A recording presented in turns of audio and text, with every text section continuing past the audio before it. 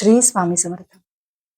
तर आज आपण पाहणार आहोत की या पुण्यातील बुधवार पेठेतील जो श्री स्वामींचा मठ आहे, जो हरिअण्णा शेटे यांनी स्थापन केला. तर या मठामध्ये स्वामींनी प्रत्यक्ष वास्तव्य केलेलं आहे. हा मठ स्वामींच्या वास्तव्याने परिपूर्ण झालेला आहे आणि आजही स्वामींचं वास्तव्य तिथं जाणवतं. तर त्याच मठाच्या संदर्भात आज आपण जाणून घेणार आहोत. तर स्वामी भक्त श्री हरिअण्णाजी शेटे आणि त्यांचे कुटुंबीय दरमहा श्री स्वामी समर्थांच्या दर्शनाला अक्कलकोटला जात असे.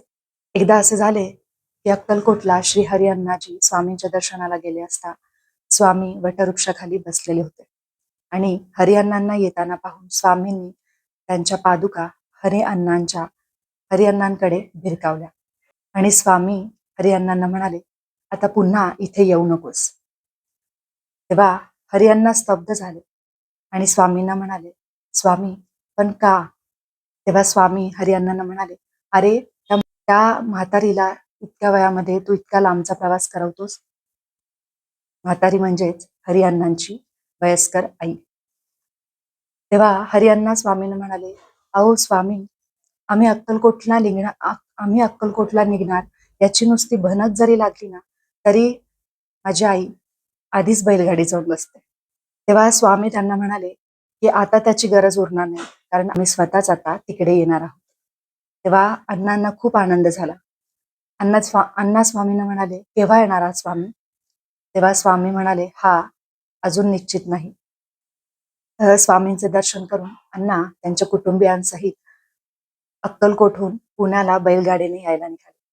त्या काळी कदाचित 4-5 दिवस लागत असावेत बैलगाडीने प्रवास करून यायला.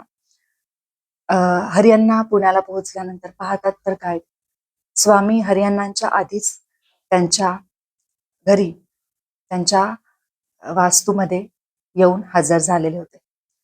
हरिअण्णांच्या वास्तूमध्ये असलेल्या औदुंबर वृक्षाखाली स्वामी गोट्या खेळत बसले होते.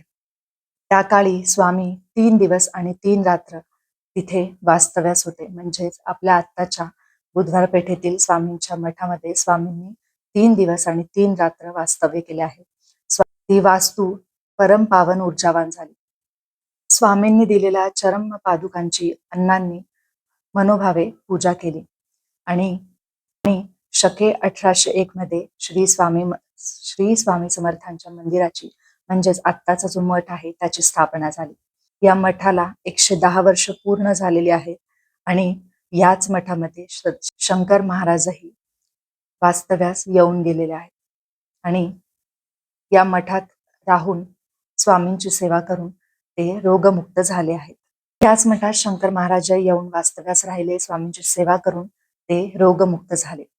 तर अशा पद्धतीने आपल्या बुधवार पेठेतील या स्वामी मठाची स्वामींनी साक्षात वास्तव्य केलेले आहे. स्वामींच्या आणि शंकर महाराजांच्या वास्तव्याने पुनीत झालेले असे हे मंदिर आहे स्वामींचे. श्री स्वामी समर्थ.